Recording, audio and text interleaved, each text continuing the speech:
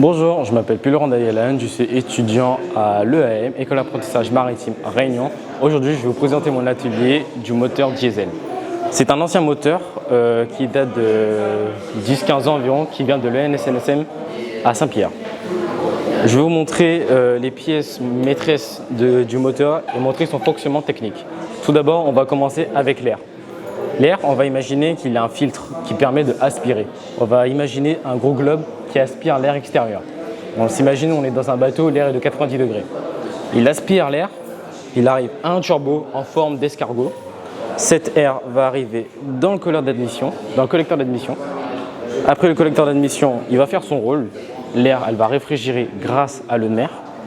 Lors du piston de l'admission, c'est l'un des 4 temps moteurs, il va descendre et ce qu'on va appeler un appel d'air.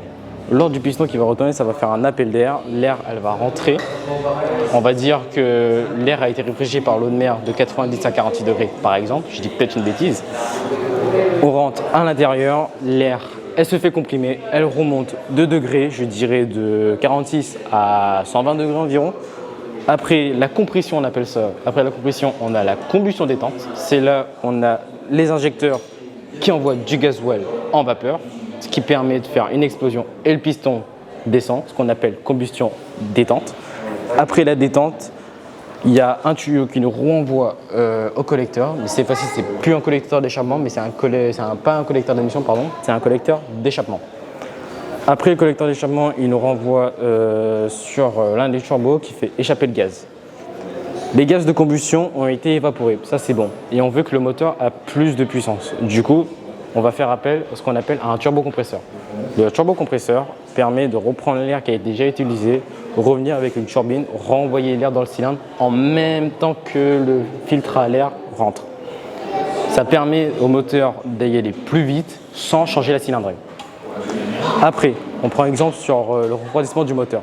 Il y a plusieurs types qu'on peut refroidir un moteur.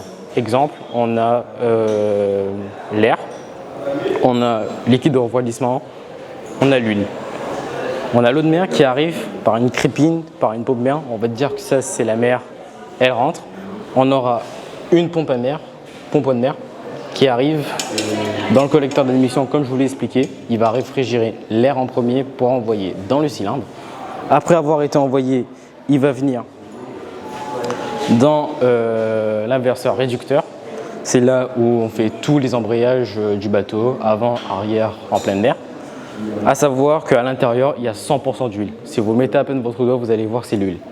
À savoir, petit, l'huile qui est à l'intérieur, c'est pas la même huile que l'huile qui est dans le moteur. Du coup, après que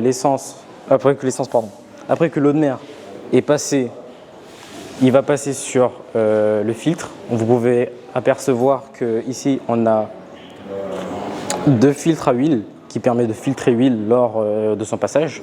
Et il y a l'eau de mer aussi qui fait un passage par là, qui permet de réfrigérer aussi l'huile, vu que je vous ai dit que l'huile participe aussi à la réfrigération du moteur. Après que l'eau de mer est passée par l'huile, il peut retourner à sa pompe de mer qui permet de le relâcher en mer. À savoir que quand l'eau de mer rentre dans le moteur, elle est pure, et elle ressort pure. Il n'y a pas de pollution avec l'eau de mer. Par contre, si on a une fuite de gasoil ou une fuite de liquide de refroidissement qui sort en même temps que l'eau de mer, c'est qu'il y a un problème moteur, il faut qu'on mette les machines à arrêt. Aussi, à l'école EAM, on nous apprend à faire des vidanges et des réparations très vite. À savoir qu'un moteur, il faut le protéger. C'est pas comme un moteur de voiture et une moto, il n'y a pas de danger avec eux. Par contre, le danger qu'on a en mer, c'est l'eau de mer. L'eau de mer, elle peut fuiter à tout moment. On a ce qu'on appelle une petite particule dans l'eau de mer qui appelle l'électrolyse. C'est une électricité qui mange d'autres métaux, ce qui n'est pas bon pour notre moteur. Du coup, ce qu'on a fait, on a fait appel à ce qu'on appelle des anodes. Des anodes, c'est un groupe de matériaux qui permet l'électrolyse de se faire manger sans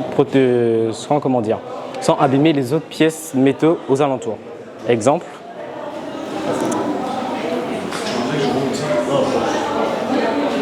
Ceci est un morceau d'anode qui est en parfait état, qui, en gros, l'électrolyse va attaquer toutes ces particules de métal qui permettent de protéger d'autres matières à peu près comme celui-là par exemple.